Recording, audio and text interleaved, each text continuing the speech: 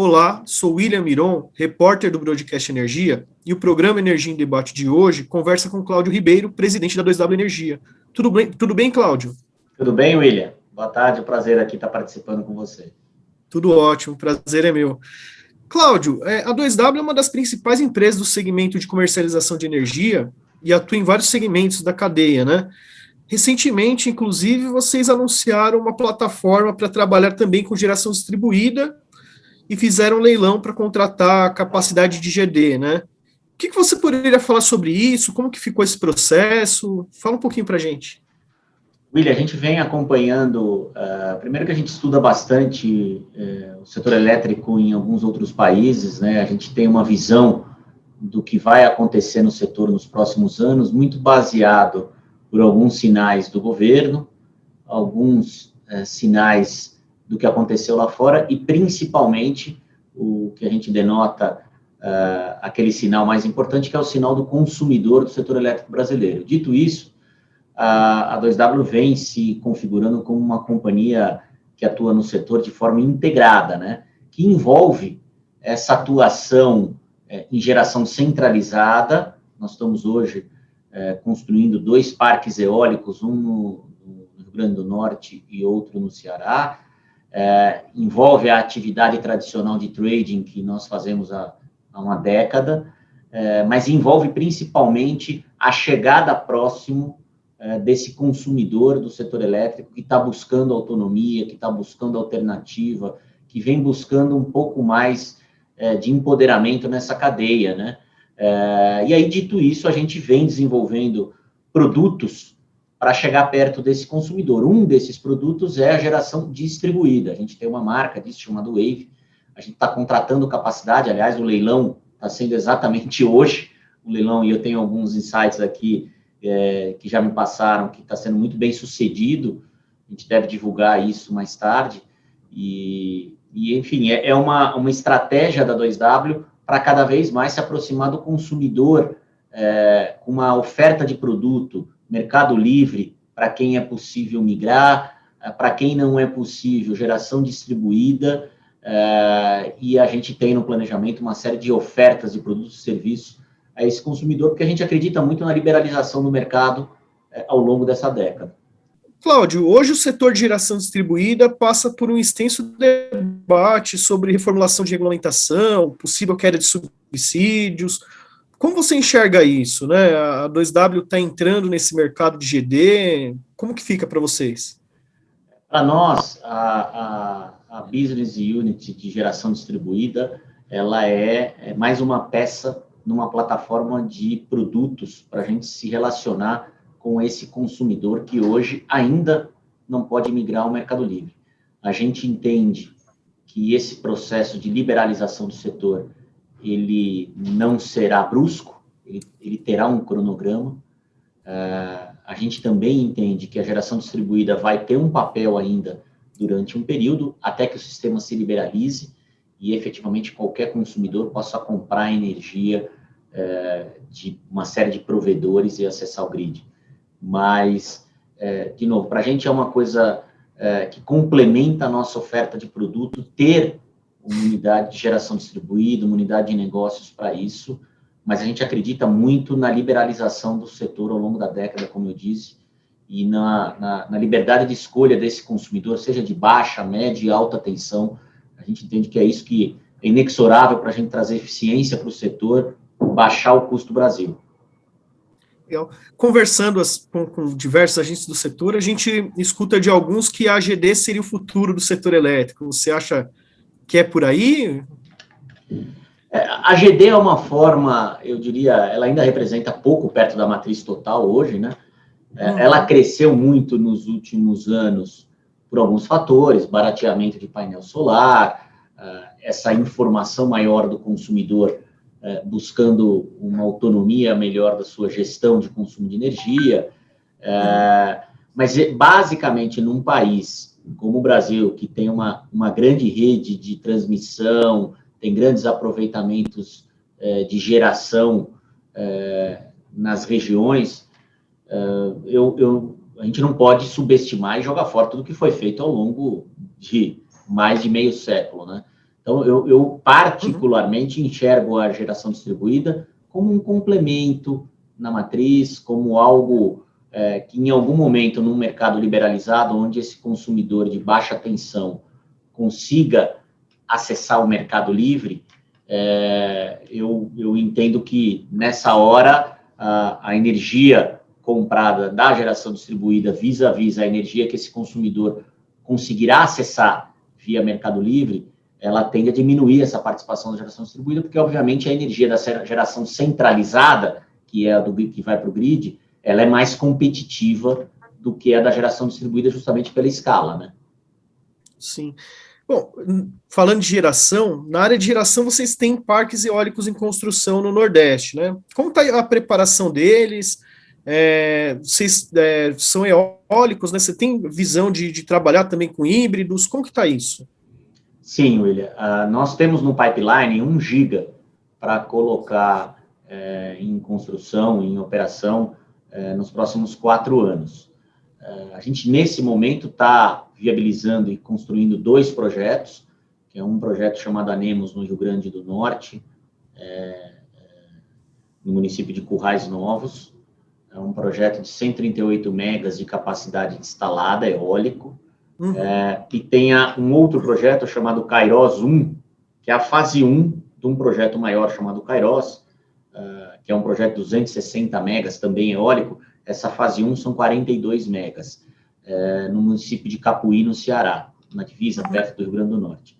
Hoje são os 2 projetos primeiros de geração da companhia. A gente passa o primeiro projeto, o Anemos, ele entra em operação comercial em setembro de 22, o Kairos 1 em janeiro de 23.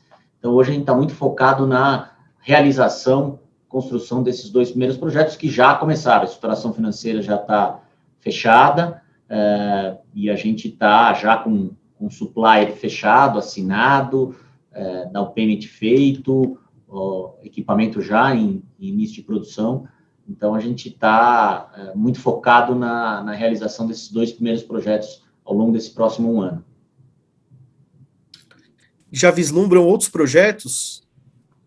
Sim, a gente, como eu disse, tem, se você somar esses 2 primeiros, eles perfazem aí 200 megas de capacidade instalada, a gente tem 800 ainda na carteira para viabilizar nos próximos anos. Parte deles é híbrido, parte solar, inclusive.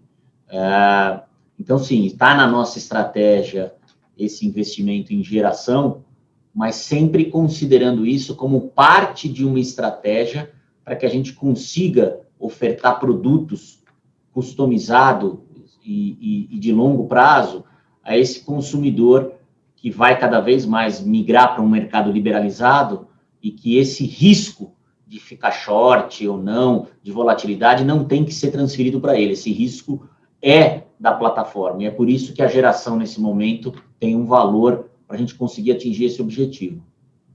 Bom, Cláudio, falando um pouco mais sobre o setor elétrico, né? Nos últimos meses a gente tem olhado com muita atenção para a questão da crise hídrica, né? E a gente tem visto os reservatórios das hidrelétricas em níveis críticos, né? Como você avalia essa situação? E eu queria saber também se você acha que a gente pode ter um problema no setor elétrico aí nesse ano, ou talvez no próximo. Será que a gente consegue passar por essa situação sem grandes sustos, né? Sem fazer um racionamento, por exemplo? William, é verdade, a gente teve um fator de cauda aqui, essa questão da hidrologia, né? Que é um ponto fora da curva previsto e histórico. Entramos no período seco, com os reservatórios nunca tão baixos, e isso vem causando todo esse movimento que a gente tem visto.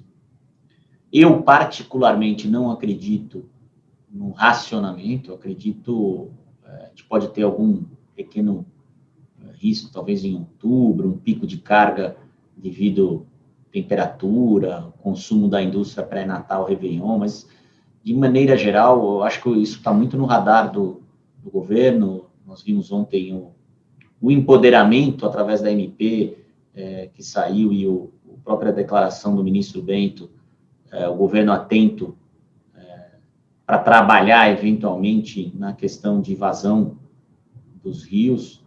Então, eu particularmente não acredito na questão de racionamento, acho que o governo está se mexendo. Agora, energia cara, né? A gente vai ter um período da energia mais cara, você não consegue agregar geração de curto prazo, então a geração que você consegue é a térmica, que é o que o ONS vem despachando, e aí o que você vai ter são medidas pontuais para tentar deslocar pico de carga, para tentar equalizar um pouco os picos, para evitar esse risco pontual de em algum momento ter esse squeeze de geração versus carga. Temos ouvido falar aí de programas que o governo vai incentivar a indústria, né, para deslocar o pico da carga.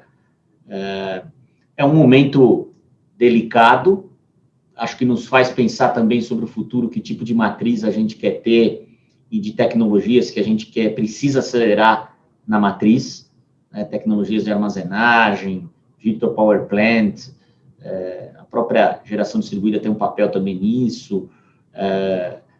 Acho que isso nos faz repensar, talvez daqui para frente, o modelo que a gente quer ter no setor, mas especificamente é um momento que a gente vai passar, não tem jeito, de energia mais cara, e que isso a carga eu acho que vai acabar se regulando também um pouco por essa questão da racionalidade, tanto conceitual no uso, né, que é o que o governo vem pedindo, quanto no preço, né? O preço faz o ajuste da carga.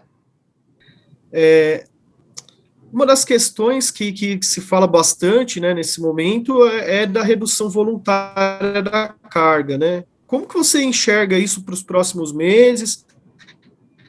E pode ter algum impacto para as comercializadoras? Como que fica isso na sua opinião? Bom, William, o cenário consensuado hoje no mercado é de alta na carga, né? Obviamente, isso tende a ser, talvez, arrefecido pelas políticas que o governo está tentando implementar, mas acho que mesmo a volta paulatina, o avanço da vacinação, vai diminuindo aí as políticas de isolamento, né? E isso vai acelerando a carga, de alguma maneira, reabertura, mesmo no comércio mundial, alguns países que vêm retomando atividade, né, mais forte, em absorção da capacidade ociosa por conta da indústria também, né, que se beneficiou muito da alta do dólar. Então, é importante lembrar também que o câmbio, quando a gente entrou na pandemia, estava R$4, né? Então, hoje é um câmbio mais, eu diria, favorável para a exportação de produtos brasileiros, né, que tendem a ficar mais competitivos para a exportação. E quando você junta isso com uma reabertura da economia mundial que alguns países vêm abrindo, né, então acho que, de maneira geral, é esperado uma alta na carga, o que deve pressionar preço, né?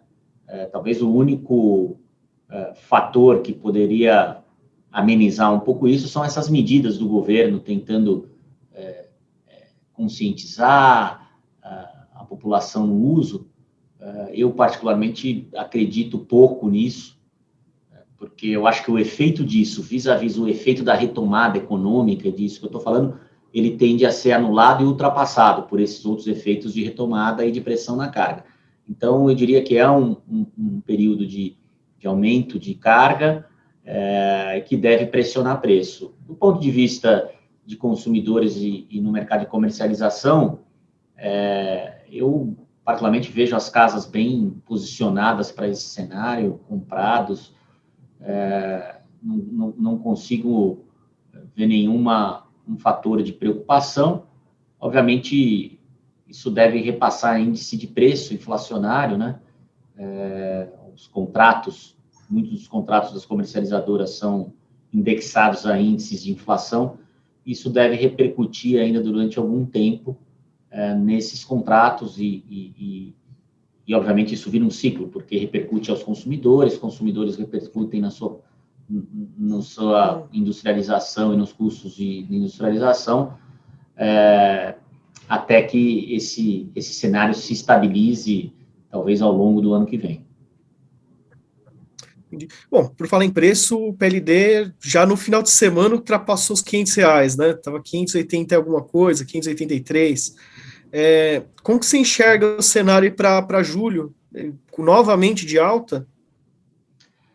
William, eu não gosto de fazer essa previsão de preço, né? Porque eu não consigo muitas vezes nem acertar se vai chover ou se vai fazer calor. Eu vim assim, hoje em São Paulo está um baita frio, mas eu acho que, de maneira geral, não batendo na tecla do preço, mas é um cenário altista, né? Um cenário de preço, até pelo que eu lhe respondi antes, se você tem uma pressão de carga, de maneira geral, né? Pelo menos uma tendência, e você está num período seco, onde os reservatórios têm movimentado muito pouco, é natural que a proxy disso seja um preço mais alto, e é o que eu acredito, pelo menos, aí ao longo dos próximos meses. Certo. Certo. Bom, um assunto que eu sempre trato aqui, né, uma coisa que eu sempre pergunto nas entrevistas é sobre PLD horário. A gente está encaminhando, e uma das expectativas que se tinha no momento da implantação é que ele facilitaria o surgimento de novos produtos e serviços. Como tem sido isso aí para a 2W? Vocês chegaram a criar algo? Pretendem lançar algum produto baseado em PLD horário? Eu te responderia duas coisas. Primeiro, o macro e depois um pouco a nossa visão enquanto 2W. Do ponto macro, mercado, a minha percepção é que ainda não deslanchou esse grande desenvolvimento de produtos customizados a cliente em função do PLD horário, né? A gente não vê os sinais de preço horário necessários para os clientes demandarem esse produto, por exemplo, né? Então, a gente não vê essa preocupação do ponto de vista do cliente ainda, né? Quando origina conforme a carga. Então, o risco percebido pelas casas, de maneira geral, a 2W uma delas, é superior à preocupação dos consumidores. É o que eu sinto na prática, assim, ainda, né? Acho que tem um processo educativo, de aculturamento, mas, de maneira geral, pouquíssimos negócios eu vejo que foram feitos com produtos específicos vinculados, derivados de PLD horário. Talvez mais para frente, com um modelo de preço horário mais consolidado, essas diferenças entre as percepções das comercializadoras versus dos consumidores, elas tendem a convergir e a gente vai ter um mercado mais forte para esse produto. Mas, do ponto de vista micro, a nossa visão aqui, enquanto 2W, a gente acredita que existam produtos voltados para geradores de energia, principalmente eólica e solar, para reduzir o risco que a gente chama de risco de modulação, né? A dificuldade ainda é a precificação, né? Principalmente sem ativos complementares com hidrelétrica, mas a percepção de risco fica muito elevada, o que pode aumentar aí o prêmio desse produto. Mas, de novo, a nossa percepção é que o PLD horário é um produto possível de travar, de irradiar, de ajudar consumidores, deslocando, melhorando essa relação de custo para o consumidor, de rede, obviamente, e também para gerador, principalmente os eólicos e solar. Agora, isso ainda vai levar um tempo. A gente está aí há 6 meses da implementação do PLD horário e talvez tenha perdido um pouco a importância isso em função desse período onde o tema de bandeiras, reajustes tarifários, o preço do PLD de curto prazo, a escassez hídrica, isso tudo tenha levado uma relevância que talvez tenha obliterado ou tenha ocultado um pouco essa preocupação dos consumidores em geral com relação a olhar produtos voltados à rede ou de PLD horário. Legal. Bom, ainda sobre o PLD horário, né, antes da implantação dele, falava-se bastante que ele poderia criar incentivos para que alguns consumidores, a indústria, né, principalmente, migrassem suas cargas de horário para buscando preços mais baixos. Isso chegou a acontecer? Vocês têm observado algo nessa linha? O que falta para isso acontecer? Como eu disse antes, assim, o preço horário ele ainda não gerou pouco incentivo, talvez, para que essa migração ocorra de uma forma espontânea, mais forte, mais autônoma, né? Talvez a resposta da demanda seja uma alternativa a isso, mas hoje não estamos, assim, por enquanto, minha percepção, vendo muitos consumidores, empresas alterando o consumo em função ou por conta do preço horário ainda não é uma realidade que eu vejo muito no dia a dia da nossa plataforma comercial aqui.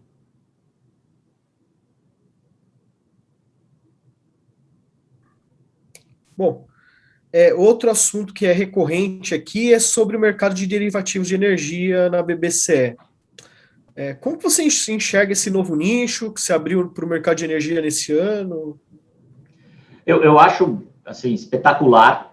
Eu entendo o derivativo sob vários prismas, né? Inclusive como produto de investimento, o que aumenta a liquidez, e isso é benéfico para todo o mercado. Se você comparar com outras commodities, energia ainda gira um volume muito menor, o giro versus o físico, do que outras commodities. Eu entendo que o derivativo ele simplifica essas opções de hedging, né, disponíveis no mercado, risco de flexibilidade, modulação hora, submercado, e isso tudo proporciona mais liquidez, né, já que assim, o produto tradicional, a entrega física da energia, como é hoje principalmente o mercado, geralmente tem uma alta complexidade isso, né, então de modelagem, para obter o mesmo benefício. Então, eu acho que assim, se eu puder consensuar ou de maneira concisa dizer que eu acho que o derivativo é algo muito benéfico e que veio para ficar. Está começando a andar, ainda é muito no início, a BBCE tem feito uma força grande educativa no mercado, e eu acho que as casas como a 2W, suas mesas de trading, de relacionamento com o cliente, têm um papel importante em desmistificar, em customizar a linguagem de produto ao cliente. E eu tenho muita fé que isso vai se popularizar. Agora, vale lembrar que hoje a principal vantagem de utilizar derivativo é fiscal, né? Muitos agentes ainda estão sob o regime simples, né, tributário, do Simples Nacional, ou seja, eles pagam imposto sobre faturamento. Talvez, no futuro, uma alternativa para a gente ver pessoa física entrando nesse mercado, que seria muito benéfico, né? Mas, assim, acho... de maneira geral, a gente teve poucas operações, né, talvez nos últimos 3 meses, a gente fez algumas aqui, até anunciamos mercado e tal, para te dar parâmetro, eu vi essa semana a BBCE comemorando 1 milhão de megawatt-hora negociado no mercado derivativo. Isso acumulado no ano, né, nesse ano de 21. Isso é pouco mais do que o volume diário do mercado de energia tradicional. Então, se você pegar em 6 meses, 1 milhão de megawatt-hora negociado em derivativo, que significa pouco mais que o volume de um dia no mercado de energia tradicional. Só para te dar uma comparação, eu acho que também não é para se criar frustração com isso que eu estou falando, né? Mas é mais para te colocar que ainda é um negócio muito incipiente, mas eu vejo muito futuro nesse produto. Sim, sim. Bom, uma outra questão que sempre entra aqui, né, e não poderia deixar de faltar, é a questão regulatória, né? A gente caminha para redução de cargas, né, para entrada de consumidores no Mercado Livre. Como que você tem visto isso? Que muda para vocês também? Vocês têm procurado criar produtos e serviços para atender esses novos consumidores? Como tem sido Sim. isso na 2W? Eu acho que isso é inexorável, como eu disse,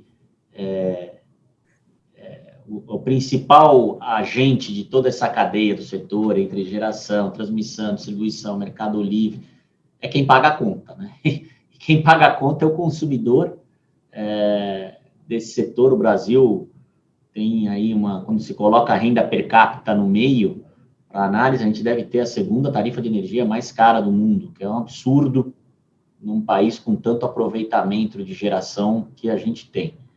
Dito isso, esse consumidor vem se informando, vem reivindicando, vem reclamando, vem exigindo, e na nossa visão é inexorável que a gente vá ter a liberalização. Estava na NP da Eletrobras, tiraram de última hora, na segunda-feira retrasada, o ministro Paulo Guedes disse que esse será o tema do PL 414, nesse segundo semestre, porque já passou da hora, né? A gente está há 20 anos atrasados e isso onera a cadeia produtiva no Brasil. A competição traz eficiência. A gente vem se preparando, tanto a entrada em geração distribuída, para conhecer melhor esse consumidor de baixa tensão, toda a parte comercial. A 2W, por exemplo, tem uma rede de 400 agentes autônomos no Brasil inteiro, além de todo o movimento de approach, de digital sales, né? Para a gente divulgar o Mercado Livre, para a gente colocar a esse consumidor menos informado e menor, que está se habilitando a migrar em função da redução do threshold aí da carga, né? Para colocar para ele, democratizar, explicar o que é o Mercado Livre, como ele pode migrar sem risco, produtos que a 2W tem, como energia livre, que é um produto que dá um desconto sobre a tarifa do distribuidor, longo prazo, para não deixar esse consumidor descoberto, né, a risco.